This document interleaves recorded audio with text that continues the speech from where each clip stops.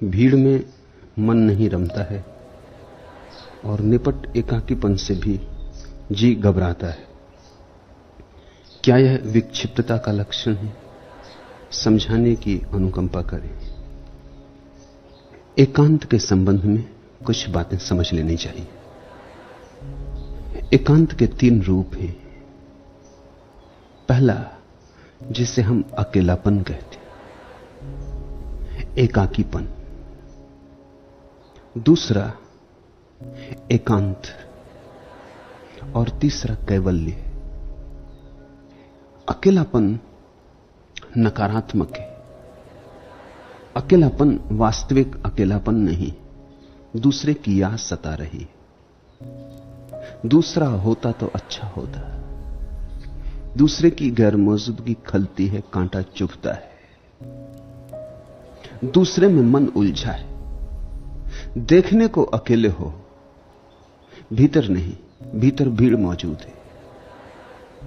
कोई आएगा तो पाएगा अकेले बैठे हो, लेकिन तुम जानते हो अकेले नहीं हो। किसी की याद आती, किसी में मन लगा है, किसी को बुलावा भेज रहे हो, किसी का स्वप्न सजो रहे हो, किसी की पुकार चल रही। कोई होता, अकेले ना होते।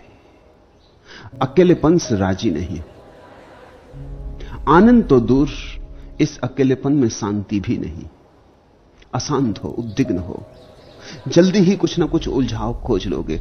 चले जाओगे मित्र के घर, क्लब में, बाजार में, अखबार पढ़ने लगोगे, रेडियो सुनने लगोगे, कुछ करोगे, कुछ उलझाव बना लोगे।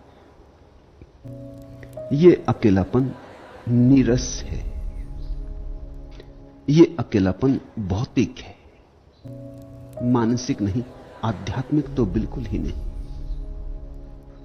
एकांत दूसरे प्रकार का अकेलापन है। एकांत का अर्थ है रस आने लगा, अकेले होने में मजा आने लगा। अकेलापन एक गीत की तरह है। अब दूसरे की याद भी नहीं आ रही, अपने होने का मजा आ रहा है। दूसरे की याद भी भूल गई है। दूसरे का कोई प्रयोजन भी नहीं है, व्यस्त होने की कोई आकांक्षा भी नहीं। बड़ी शांति है। पहला नकारात्मक है, दूसरा विधायक। पहले में दूसरे की अनुपस्थिति खलती है, दूसरे में अपनी उपस्थिति में रस आता है। पहले में तुम अपने से नहीं जुड़े, दूसरे में तुम अपने से जुड़े हो।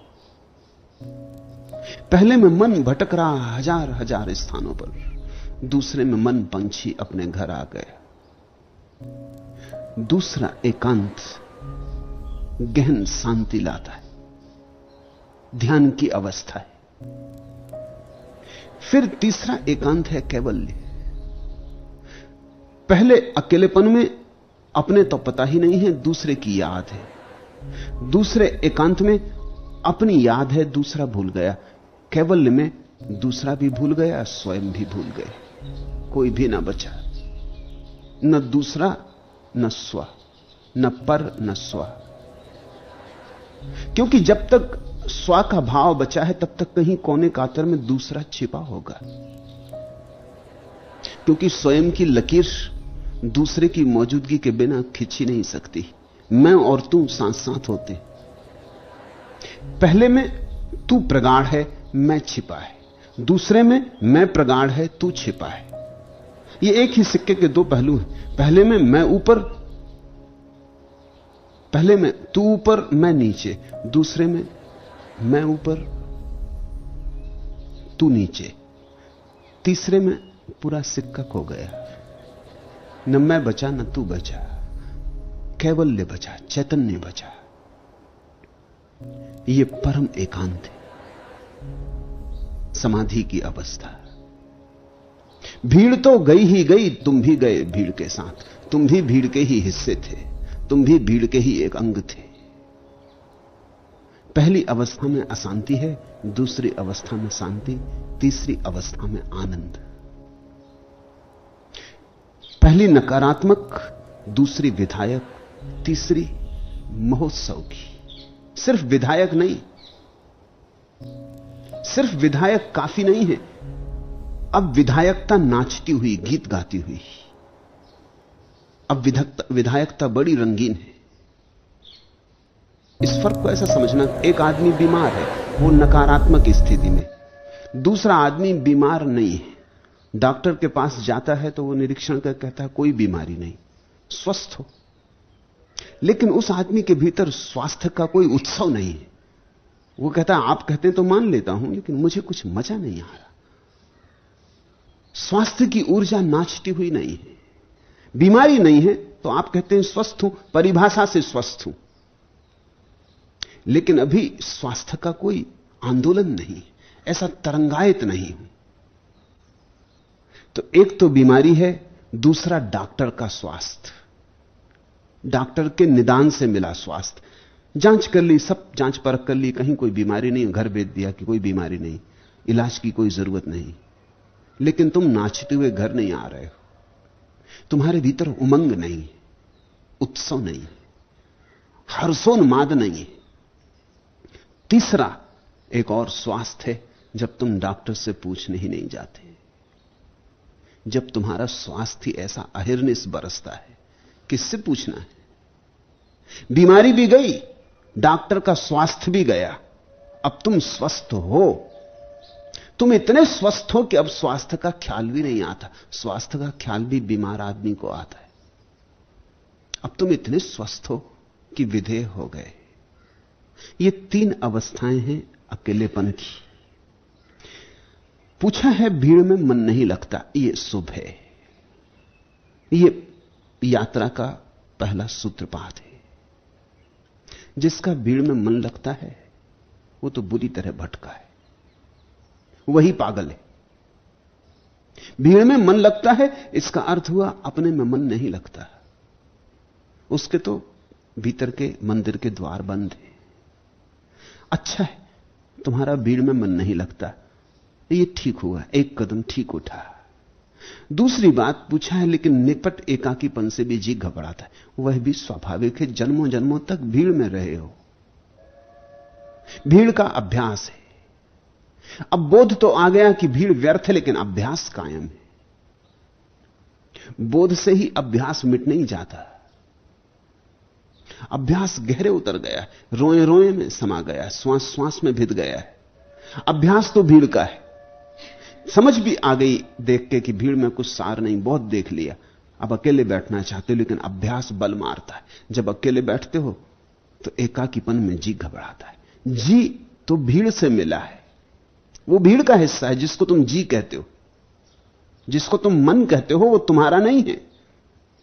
तुम इस भ्रांत में मत रहना कि मन के तुम मालिक हो। मन का मालिक तो भीड़ है, भीड़ ने ही दिया है।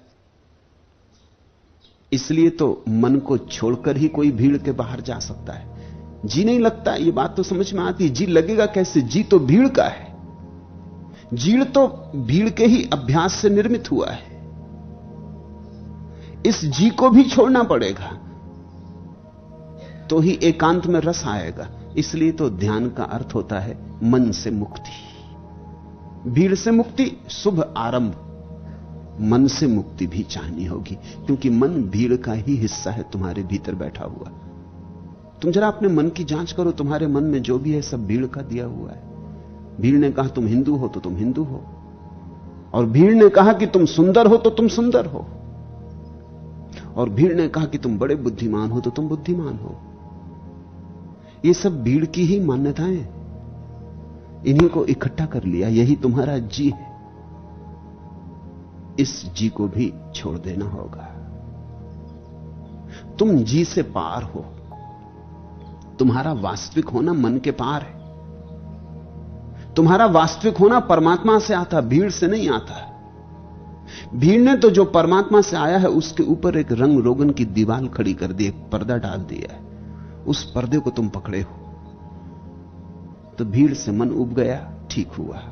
अब यह भी समझो कि भीड़ ने जो जो दिया है वो भी छोड़ देना होगा, नहीं तो अकेले में मन ना लगेगा। मन कहेगा वहीं चलो जहां मेरे प्राण है, जहां मेरा मूल उद्गम है, जहां मेरा स्रोत है, जहां मेरी जड़ें हैं, वहां चलो। मन तो भीड़ में ही ले जाएगा, अमन में चलना होगा। इसलिए तो कबीर कहते हैं अमनी दशा भीड़ से जिसे वस्तुतः मुक्त होना है वो बिना मन से मुक्त हुए ना हो पाएगा। इसलिए तो मैं तुमसे कहता हूं जंगल जाने से ना होगा।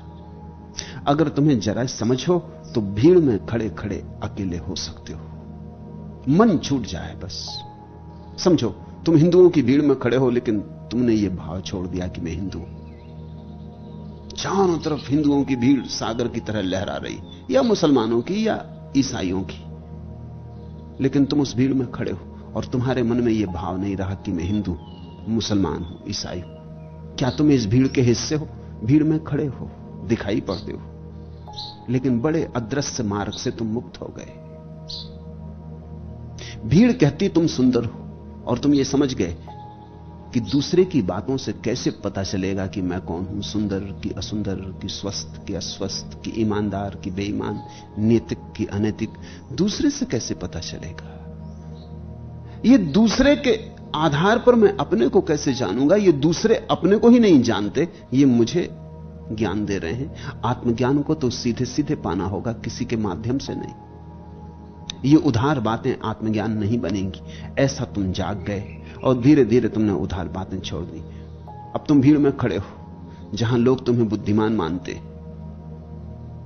या बड़ा नैतिक पुरुष मानते, लेकिन तुम्हारे मन में अब ये कोई धारणा ना रही। तुम जानते हो कि भीड़ को बीच में नहीं लेना है। अब तुम भीड़ के भीतर भी खड़े, भीड़ के बाहर हो। कभी इसका प्रयोग करना, बीच बाजार में खड़े खड़े ख्याल करना कि बाहर हो। क्षण भर को झलक मिलेगी, झरोखा खुलेगा, एक लहर की तरह दौड़ जाएगी तुम्हारे जीवन में एक नई धारा। वही धारा एकांत में ले जाएगी। ठीक हो रहा है, जी घबराता है, जी को भी छोड़ो। जी को पकड़ा तो जी भीड़ में ले जाएगा। जी भीड़ का गुलाम है, तुम्हारा नहीं। तुम्हारी इस पे कोई मालिकियत नहीं है। ये तो बड़ी सूक्ष्म तरकीब है भीड़ की। उसने तुम्हारे मन को संस्कारित कर दिया है। वस्तुतः उसने जो जो संस्कार तुम्हारे भीतर रख दिए, उन्हीं के जोड़ का नाम मन है। इसे भी जाने दो, हिम्मत करो। पहला कदम उठाया, अब दूसरा भी उठाओ। दूसरा कदम यही होगा कि घबराने दो जी को और तुम जानो कि मैं जी नहीं हूं, मैं मन नहीं हूं, मैं पार हूं। धीरे धीरे जैसे भीड़ से उब गए हो, ऐसे ही अपने मन से भी उब जाओगे। तब दूसरा एकांत पैदा होगा। तब तुम्हें बड़ी शांति मिलेगी, अपूर्व वर्षा हो जाएगी शांति की। जन्मों जन्मों से जो प्राण प्यासे थे तृप्त होंगे। मगर यहां भी रुक मत जाना, क्योंकि बहुत से लोग शांति पे रुक जाते। वो सोचते हैं आ गया घर। शांति पड़ाव है, मंजिल नहीं। शांति सेतु है, अंत नहीं। अशांति से जाना है, शांति पर पहुंचना नहीं। अशांति से जाना है, शांति से होकर गुजरना है, आनंद पर पहुंचना है। जब तक आनंद ना हो जाए, शांति बड़ी मुर्दा सी चीज है, अशांति के मुकाबले बड़ी कीमती।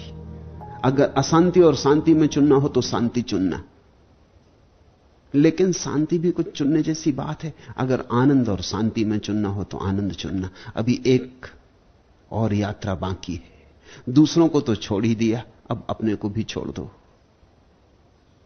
दूसरे को तो विस्मरण कर दिया, अब अपने को भी विस्मरण कर दो। इस आत्मविस्मरण में, इस अहंकार के त्याग में ही परम घटना घटेगी। तब तुम सुनोगे पहली बार उस बांसुरी को जो आदमी की नहीं है, जो परमात्मा की। तब तुम पहली बार निमित्त बनोगे, परम ऊर्जा के वाहक। तुम्हारा रोहा रोहा पुलकित होगा, उमंग से भरेगा। तब कैवल्य की दशा। चल पड़े हो, रुकना मत, लौटना मत।